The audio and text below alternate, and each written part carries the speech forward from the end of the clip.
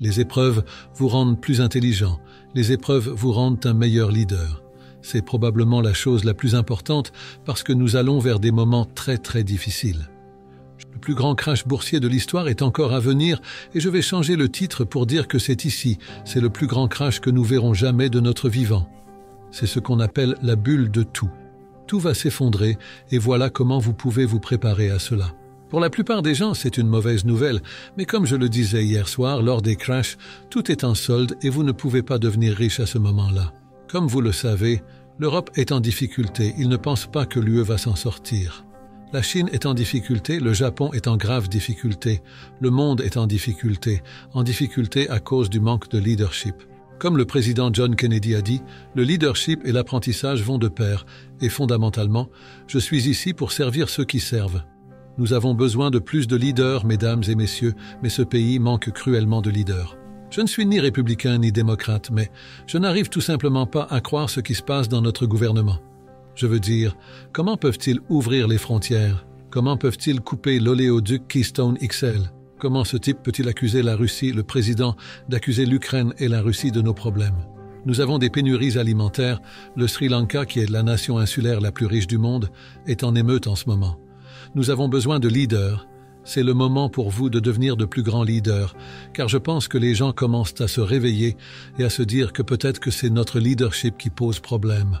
Il y a un type nommé Jordan Peterson qui a dit « Si vous pensez que les hommes durs sont mauvais, voyez les dégâts qu'un leader faible peut faire. » Nous avons des leaders faibles partout dans le monde en ce moment. Alors, à quel point pensez-vous que le crash boursier va être mauvais? À quel point peut-il être laid? Le pire des cas, que j'espère me tromper, c'est la guerre civile à l'intérieur de l'Amérique. C'est plus qu'un crash. Nous avons besoin de nouveaux leaders immédiatement, donc le pire qui puisse arriver, c'est la guerre civile. Je pense que le mieux que nous puissions espérer, c'est probablement une dépression. Nous y entrons comme je l'ai dit hier soir. Vous savez ce que nous faisons? Nous imprimons de l'argent pour résoudre nos problèmes.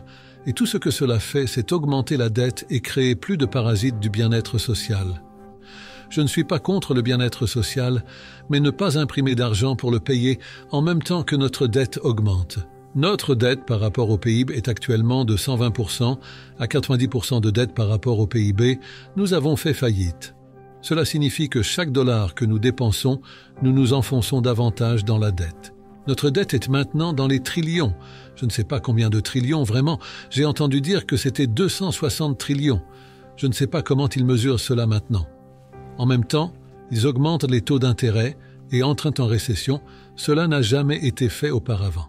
C'est pourquoi je dis qu'il y a quelqu'un intentionnellement en train de faire quelque chose pour faire tomber l'Amérique et le monde, et il y a une vidéo de Trump s'adressant, je pense, aux Nations Unies ou quelque chose comme ça. Et il dit à la délégation allemande en 2018, il dit de ne pas faire confiance aux Russes, de ne pas dépendre des Russes, et maintenant la Russie peut couper leur alimentation en électricité. Il se passe quelque chose de vraiment louche. Je n'ai pas le privilège de vous en parler, vous le découvrirez, mais je veux juste vous mettre un peu de peur parce que plus la mission est dangereuse, mieux vous devez être préparé. Vous savez, quand je me préparais à partir au Vietnam, j'étais un pilote d'hélicoptère de combat marin, notre espérance de vie était de 30 jours. 30 jours. Maintenant, la plupart des gens disaient que ce n'était pas bon. J'ai dit, eh bien, cela m'a inspiré à devenir un meilleur pilote. Comment une personne qui n'a aucune influence sur le marché, aucun contrôle sur les taux d'intérêt à ce stade de sa vie, peut-elle faire les bons choix pour être efficace, que le marché aille bien mal ou qu'il soit moche? Les marchés boursiers, quand le crash se produit, se déroulent en 3 phases. Boum, boum, boum. La première phase était rebondie, elle s'appelait un rallye de marché baissier. Ce bébé va descendre, j'espère, car je vais devenir plus riche.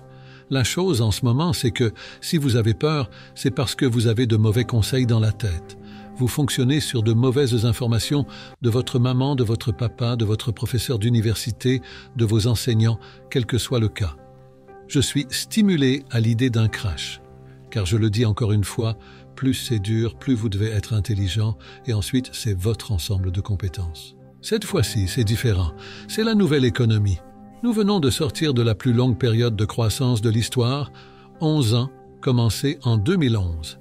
Et en 2011, j'ai réalisé les plus grandes fortunes de ma vie, car c'étaient les titres adossés à des créances d'hypothécaires et les crashs de CDO, le crash immobilier, et j'ai rempli le camion et j'ai emprunté 300 millions de dollars pour acheter les meilleurs biens immobiliers de tout le Sud-Ouest.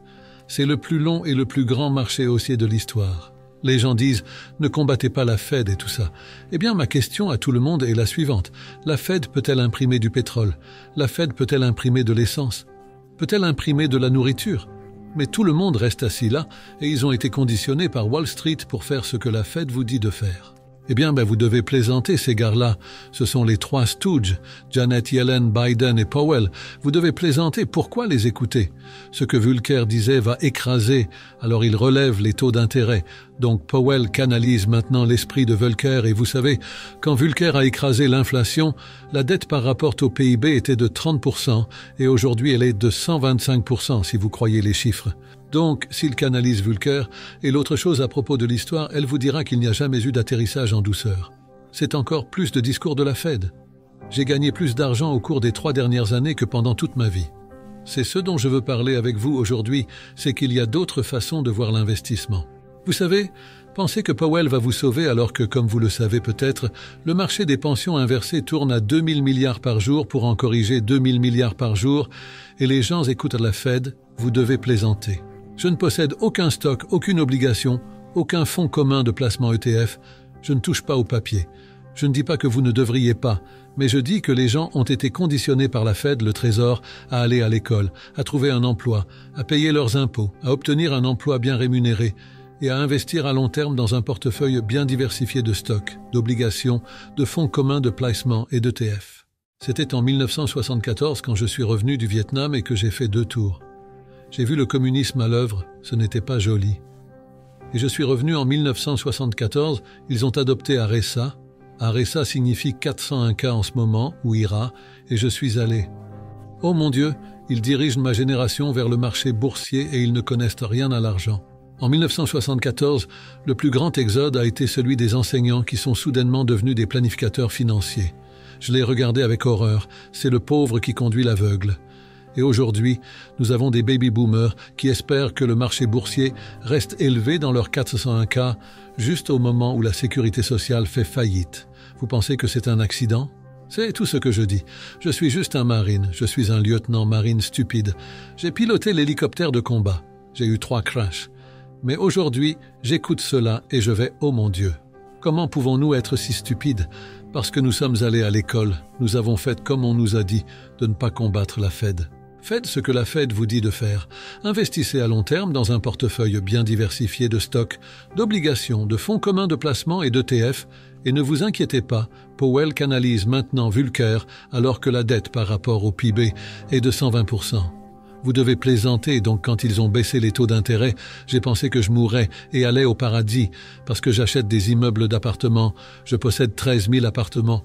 Chaque fois que la Fed baisse les taux d'intérêt, cela augmente la valeur de mes propriétés. Mais j'ai aussi amélioré les propriétés et je les ai refinancées.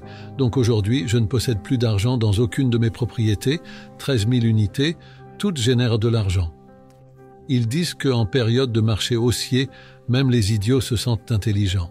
Vous savez, après 2011, le marché s'est effondré en 2008 parce que le marché des pensions inversées est devenu mauvais.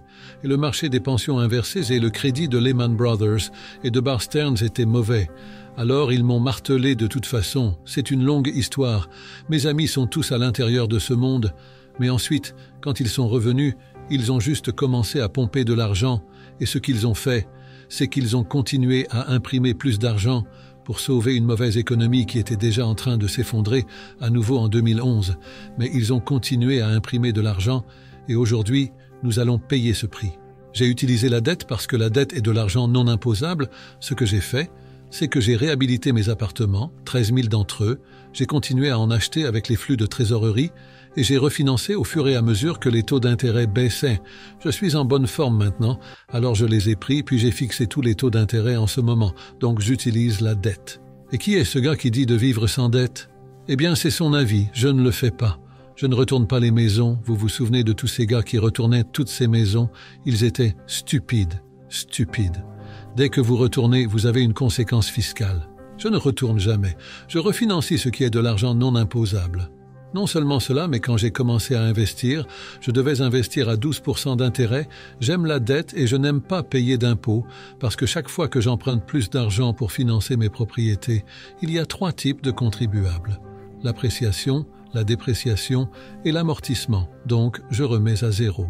Mon coût de l'argent et mon impôt sur la dette est 0 et j'utilise cela pour compenser l'impôt sur mon revenu. Quand Biden a retiré le pipeline XL, mon pétrole que je vendais du sol, ce qui est une réduction d'impôt, est passé de $30 le baril à $130 le baril aujourd'hui, comme 120, oh mon Dieu. Ce Biden va ruiner cela. Je ne dis pas que c'est lui, mais il y a quelqu'un qui veut nous ruiner, car le pétrole est le sang de la civilisation. J'ai travaillé pour la Standard Oil de Californie en tant qu'officier pétrolier quand j'ai obtenu mon diplôme d'école. J'ai travaillé sur le pipeline de l'Alaska et tout ça. Je suis comme il nous baise, donc quand il augmente l'inflation, les pauvres et la classe moyenne seront ruinés.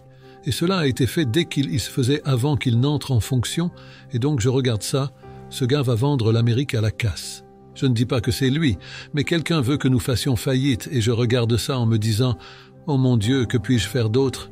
Alors j'ai des puits de pétrole, je bénéficie de réductions d'impôts pour cela, mais je n'investis pas dans les actions pétrolières. Je travaille pour la Standard Oil, mais je n'investis pas dans la Standard Oil, j'investis dans le pétrole sur le terrain.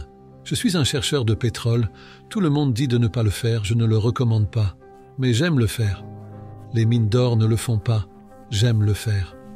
Il y a plus d'opportunités aujourd'hui que jamais, mais pas si vous avez été conditionné à aller à l'école, à trouver un emploi, à payer des impôts, à vivre sans dette et à investir dans le marché boursier. Cette bulle en ce moment est une plus grosse bulle que celle de 2008. C'est la bulle de tout. Tout va s'effondrer, pas seulement les actions, les obligations, mais aussi le crédit, je veux dire. Mais plus d'opportunités va en sortir, et c'est ce que je dis. Faites attention à qui vous écoutez. Vous êtes votre meilleur atout, mais aussi votre plus gros risque. Ce sont les idées dans votre tête, et faites attention à qui les met là.